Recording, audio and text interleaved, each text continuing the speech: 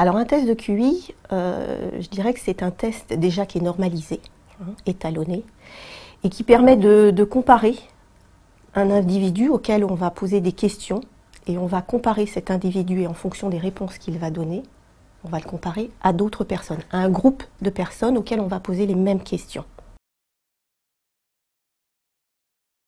Ça ne mesure pas, je dirais, l'intelligence en tant que telle. Déjà, il faudrait définir l'intelligence. Et au jour d'aujourd'hui, cette notion a été introduite, je dirais, en fin 19e siècle. Au jour d'aujourd'hui, ça ne fait pas consensus. Sur qu'est-ce que c'est l'intelligence, si vous posez la question à 10 personnes, vous aurez probablement 10 réponses totalement différentes. Donc ça mesure plutôt des performances ou des facettes de l'intelligence d'une personne, mais plus exactement des habilités en fonction de certains domaines, mais pas une intelligence au sens global. Alors d'un point de vue scientifique, je dirais non, dans la mesure où c'est des tests qui n'ont pas été validés d'un point de vue scientifique, étalonnés justement par rapport à une population. Donc ça va donner un chiffre, effectivement, mais qui n'est pas scientifiquement valable, parce qu'il n'a pas été étalonné par rapport à un groupe et par rapport à une population. Donc ça peut donner des indications, ça peut donner effectivement, si on veut, un chiffre, mais ce chiffre, en fin de compte, ne veut rien dire, ce d'autant qu'il faut aussi introduire une notion d'interprétation de résultats, puisqu'un test de QI va donner un chiffre, ou plus exactement des chiffres, mais qu'il faut aussi les interpréter en fonction à la fois de la personnalité de la personne, qui introduit cette notion psychologique et psycho-affective et émotionnelle, mais aussi comprendre l'individu dans sa globalité. Le test de QI ne donne qu'un ou des chiffres, y compris lorsque c'est un test qui est validé scientifiquement. Seul un psychologue diplômé peut faire passer un test de QI.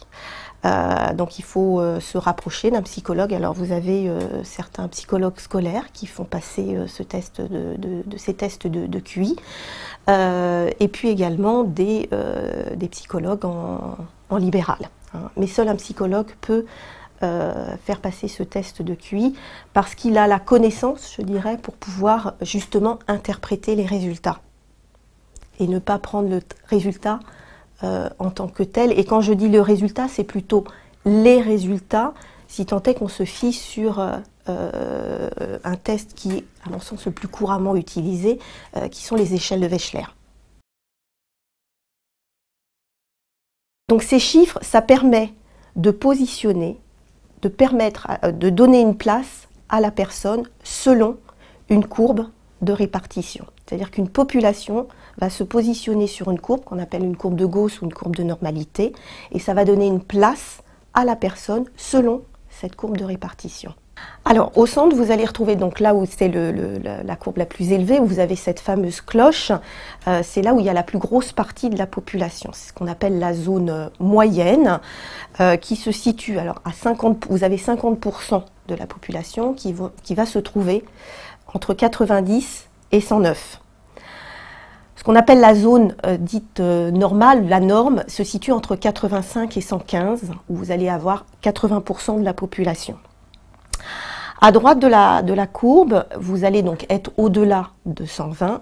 C'est réparti en plusieurs zones, donc entre 120 et 129, vous avez ce qu'on appelle la zone supérieure, où vous avez environ entre 6 et 7% de la population ou du groupe dont on parle, et au-dessus de 130, entre 2 et 3%,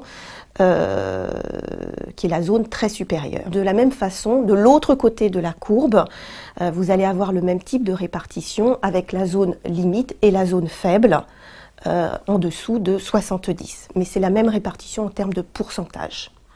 Alors, ça va donner une place à la personne, mais comme je vous l'indiquais tout à l'heure, ça ne reste qu'un chiffre. Et donc, pour une même personne qui va avoir un même résultat, vous pouvez avoir des personnes qui ont des personnalités différentes. Bon, là, je vois au niveau de la moyenne, de la norme. En revanche, plus vous allez aller au niveau droite de la courbe, c'est-à-dire dans une zone supérieure, voire très supérieure, vous allez donc parler d'une population qui a un mode de pensée tout à fait spécifique, qu'on appelle les enfants, ou en tous les cas les adultes également, à haut potentiel, qui ont une façon de penser, qui ont une façon d'être au monde tout à fait significative. Mais vous aurez autant de personnes à haut potentiel que vous avez d'individus. C'est la raison pour laquelle, indépendamment du chiffre, il est vraiment important de tenir compte de la personnalité et de comprendre la personne, que ce soit un enfant ou un adulte, en fonction de qui il est. Donc c'est une notion qui, à mon sens, est extrêmement importante et on ne peut pas résumer une personne à un ou à des chiffres.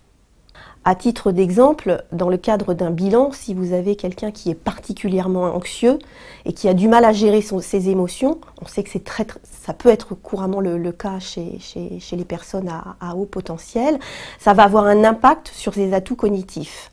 Donc ça ne veut pas dire que ce résultat, qui pourrait être aux alentours de 120, 121, 122, peut être impacté par cette dimension psychique et émotionnelle qui fait que la personne n'arrive pas à donner le meilleur d'elle-même en définitive.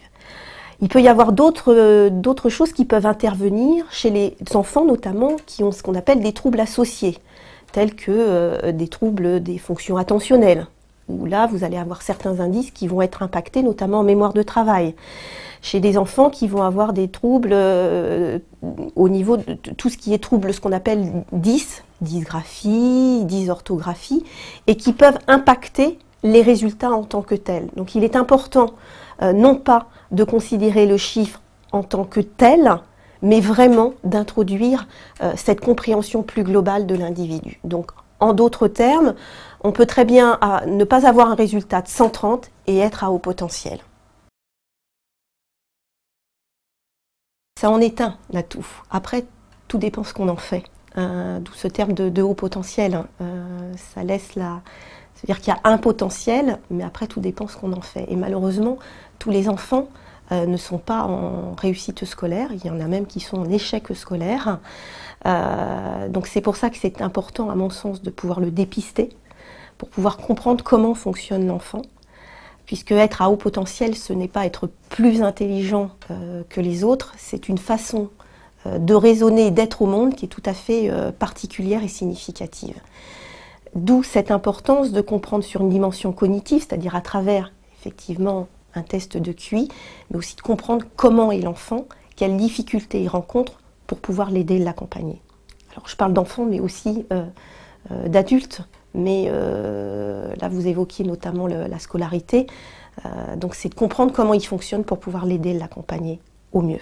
Parce qu'au jour d'aujourd'hui, malheureusement, même s'il y a des choses qui sont faites d'un point de vue de l'éducation nationale, malheureusement, bien souvent, ces enfants sont encore trop souvent, à mon goût, oubliés et pas décelés, pas dépistés suffisamment tôt pour les aider, pour les accompagner.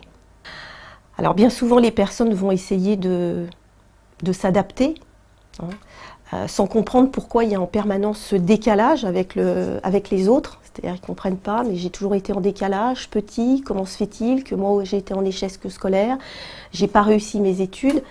Donc ce bilan, et plutôt que test de QI, je dirais plutôt un bilan, au sens plus global, pour rejoindre ce que je vous disais tout à l'heure par rapport à cette compréhension de la personne, par rapport à son histoire, de façon à ce qu'à travers ce bilan, elle puisse mieux comprendre qui elle est, elle puisse avoir une lecture différente de ce qu'elle a vécu, et notamment d'un point de vue aussi scolaire, ce décalage par rapport aux autres, de façon à non pas s'ajuster aux autres, mais de pouvoir faire avec les autres. Être à haut potentiel, c'est pas essayer pour pouvoir s'ajuster, de faire comme les autres, mais faire avec les autres, en tenant compte de qui on est. Et si on ne sait pas qui on est, c'est d'autant plus difficile.